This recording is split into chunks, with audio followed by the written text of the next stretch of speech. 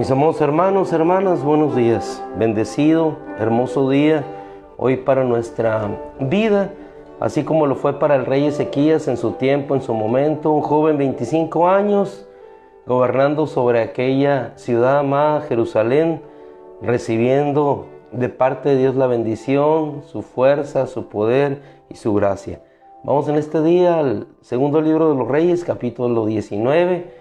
Igualmente bendecidos por Dios, así como lo estuvimos el día de ayer nosotros, en un tiempo muy especial en la presencia de nuestro Dios, gozándonos, estando cercanamente a Él, como lo estaba Ezequías, y en esa cercanía obtenemos nuestra fuerza y nuestra victoria. En tanto que usted va al segundo libro de Reyes, capítulo 19, yo leo a partir del capítulo 18 para incursionar en el tiempo corto del que disponemos, en una obra maravillosa que Dios realiza cuando un hombre se deposita en Él en dependencia, en fe, en confianza y se refugia en Él por medio de la oración.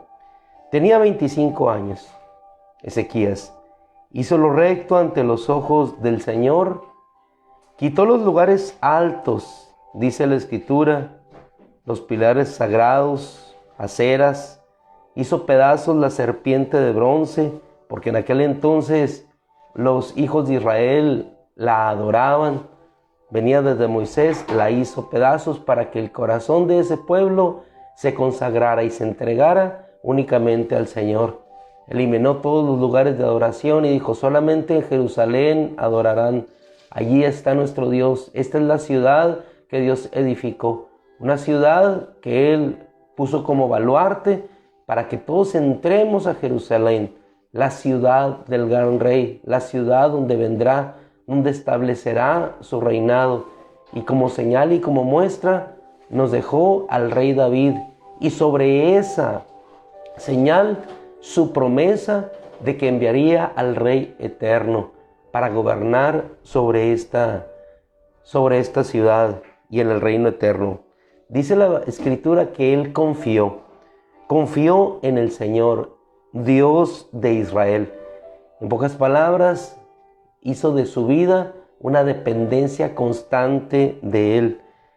En el versículo 6 del 18 dice que se apegó al Señor y no se apartó de él. La versión de Siriaca, Peshita, dice que estuvo en comunión íntima, se acercó al Señor.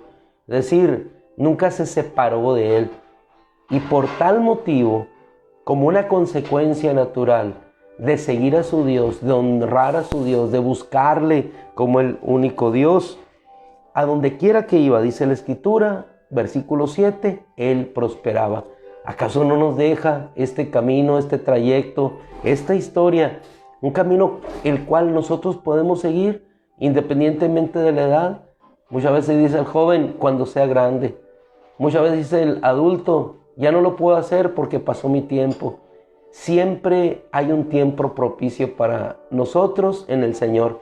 Y ese tiempo propicio no es ayer, no es en el mañana, es en el hoy.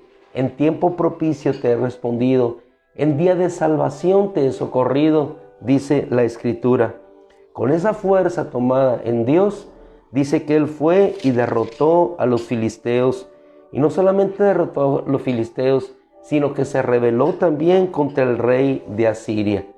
Fue entonces que, rebelado contra el rey de Asiria, es decir, decidió no servir, decidió servir a su Señor.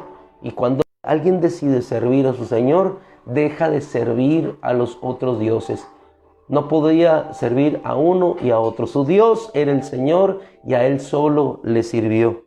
Entonces el rey de Asiria envió a quererlo nuevamente capturar y someter, porque había sometido previamente a la nación de Israel. Ellos pertenecían al reino de Judá.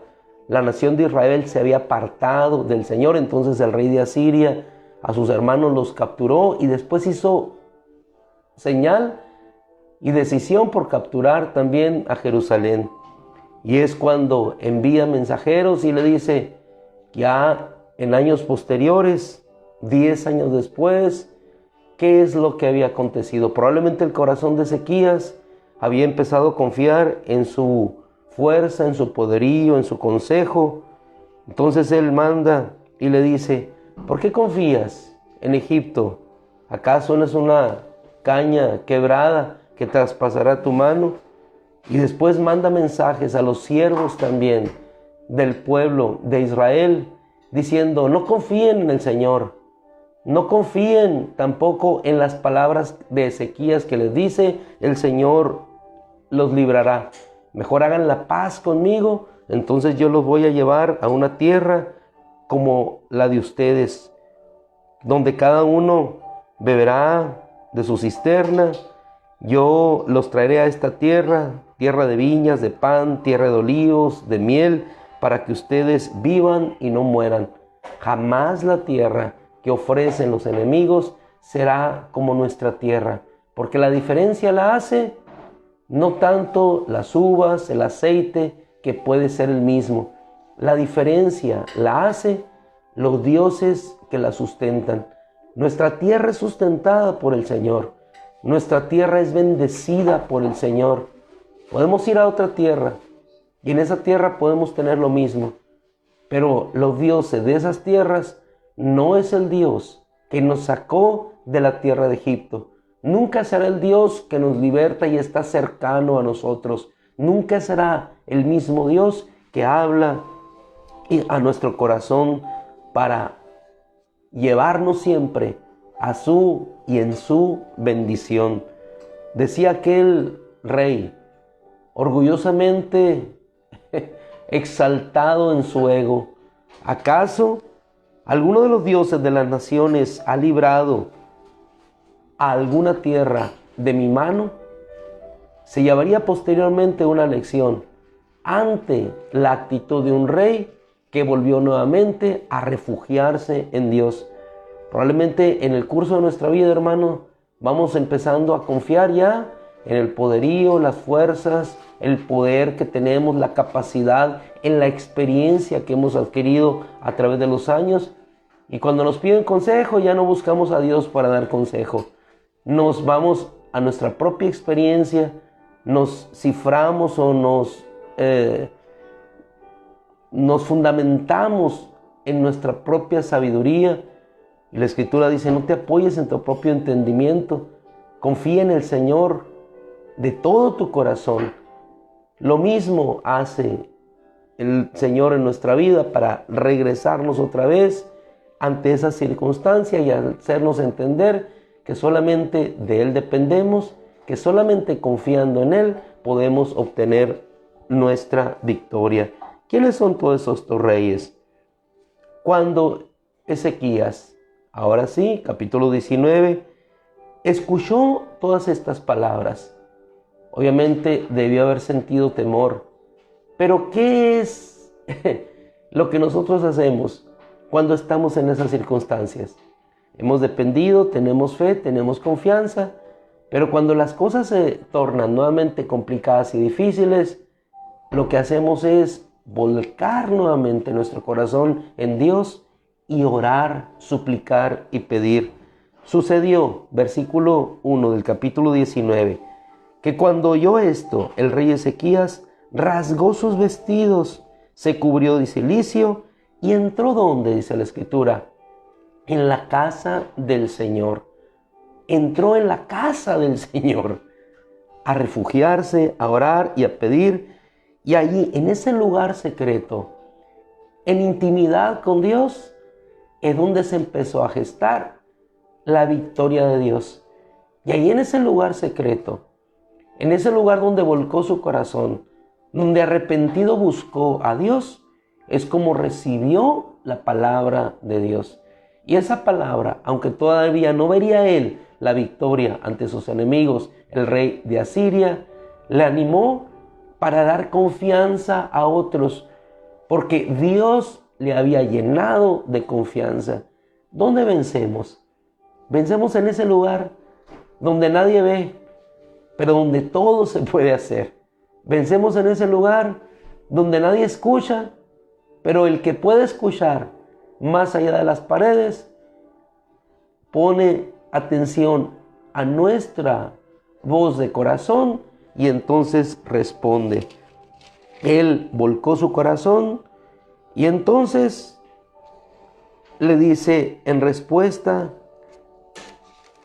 el Señor por medio de su siervo el profeta: no temas por las palabras que has oído, versículo 5, con las que los criados del rey de Asiria han blasfemado.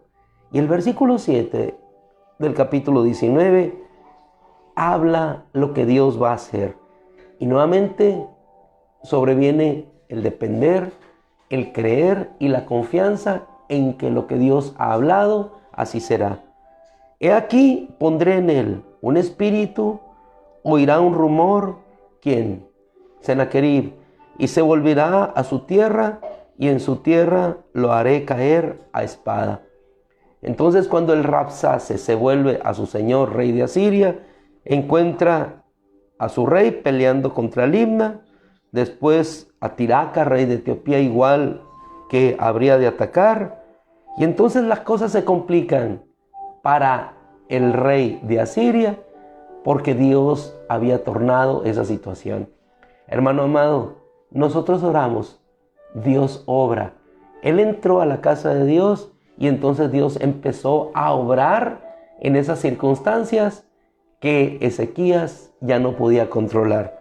Y no solamente eso, cuando se ve al rey de Asiria que no tiene la capacidad para estar atacando varios frentes, como sucede con algunos jefes de Estado en esta tierra, atacan un frente, atacan otro, atacan otro, atacan otro. Pero si Dios no está con ellos, si Dios ha determinado una palabra, solamente habrá de cumplirse la palabra que habló en lo secreto a un hombre de que le daría la victoria, en tanto que otros serían derrotados. Cada paso que daba el rey de Asiria, Sennacherib, no era sino para obrar sencillamente lo que Dios había mandado.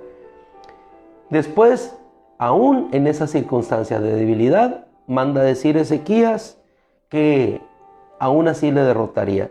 Nuevamente en el versículo 15, si tú lo notas, Ezequías oró delante del Señor y nuevamente volcando su corazón delante de nuestro Dios, dijo lo que podemos encontrar desde el versículo 16 en adelante. Y la respuesta de Dios viene en el versículo 20 por medio de el profeta Isaías, que le envía decir a Ezequías: lo que has rogado, versículo 20, acerca de Sennacherib, rey de Asiria, lo he escuchado.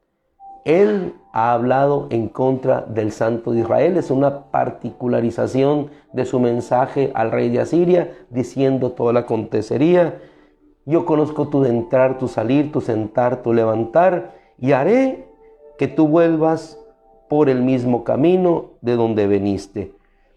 Defenderé esta ciudad, le dijo el Señor, para salvarla por amor a mí mismo y por amor a mi siervo David. No depende de ustedes, depende de la promesa que hice y del amor a mí mismo. Y aconteció en aquella misma noche que salió un ángel del Señor, verso 35, hirió a 185,000 del campamento de los asirios, y entonces Sennacherib, rey de Asiria, partió y regresó a su tierra, habitó en Nínive, y sucedió que mientras oraba en el templo, allí le mataron a espada, y allí finalizó y tuvo cumplimiento aquella palabra que Dios dijo en el versículo 7, narrado para nosotros hoy del capítulo 19, pondré en él espíritu, oirá un rumor, se volverá a su tierra, y allí lo haré caer a espada. No cayó con la espada de los hijos de Israel, cayó con la espada de los hijos de su mismo pueblo. Y todo, hermano, porque el rey confió, oró y se depositó en el Señor. ¿Qué podemos hacer tú y yo en esta mañana sino lo mismo? Orar, confiar, descansar en nuestro Dios, y la respuesta de nuestro Dios vendrá. Me buscarán y me encontrarán, porque me buscarán con todo su corazón. Grabemos esto con letra indeleble en nuestro corazón y entonces hacia la victoria. Gracias, Padre, por tu bendición. Gracias, Padre, porque en el lugar secreto y en la oración encontramos la fuerza y sobre todo tu palabra para vencer. En el nombre de Cristo. Amén. Mis amados hermanos, que el Señor les bendiga, les lleve con bien, bendición y en la victoria. Y si Dios quiere, mañana nuevamente un sol hermoso se levantará sobre nosotros y la victoria de Cristo, radiante en nuestras vidas, nos dará el gozo, la fuerza para continuar en la victoria hacia la eternidad. El Señor te bendiga, buenos días. Si Dios quiere, nos encontramos mañana nuevamente.